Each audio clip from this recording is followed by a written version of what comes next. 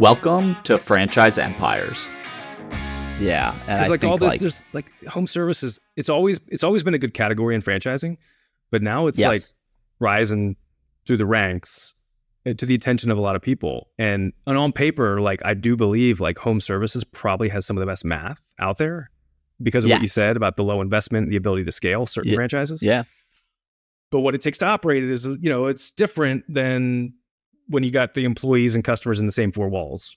Yeah. Oh, 100%. And like, I think, especially the ETA crowd, the people who are getting MBAs or they're at an investment banking shop or PE shop and they want to, acquire business. And through that journey, they start to look at franchises. It's like, okay, do you realize that, your world of like happy hours and Wall Street is going to be very different if you now all of a sudden are running a lawn mowing business, right? And your employees, it's just going to be very different, right? I don't think a lot of people actually, they just they do the numbers on the spreadsheet.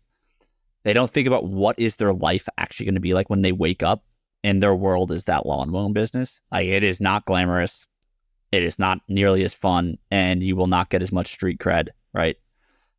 For even though you might end up making a lot more money, but that's just a thing.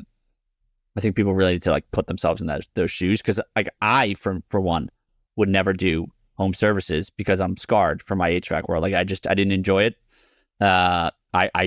Which is good. I know what I like, and I would burn out very quickly, even if the numbers are amazing. I just know myself, I'd burn out. So people should really try to. It's tough to get that experience if you haven't actually just worked in it. But if there's a way to test the waters before you commit and change courses with your life, I think people should really try to do that. Yeah, I it's an in the field business. If you don't like being in the field, probably not going to be a good category. I'm just getting hives from that.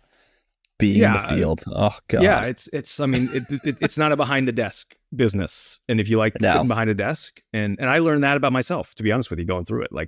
I'm not a great field guy.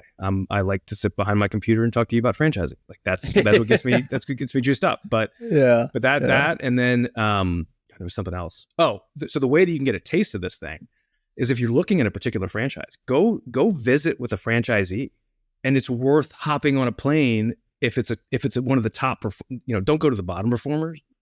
Sure. Whatever. Go to a top performer that you connect with that has a business that you want to build size wise, and hop on a plane, spend a day with them or her, and they will typically hey, I want to come work with you. Put me to work in your business. I don't want to sit there and analyze everything you're doing. I just want to experience it to see what it's get my eyes on this thing. Go do that, and that will help you see if this is something you feel like you can do. Yep. Yeah, no, I 100% agree with that. It's worth the money, because people should really think about that. It's if they find out they don't want to do this, well, good, you just saved yourself how much money on launching that franchise. And it actually reminds me of Culver's does that with their franchisees at Discovery Day. Really? I think it's a week. They make you work in one of their Culver's for 7 days straight. And they said that they would have grown a lot faster if it wasn't for that.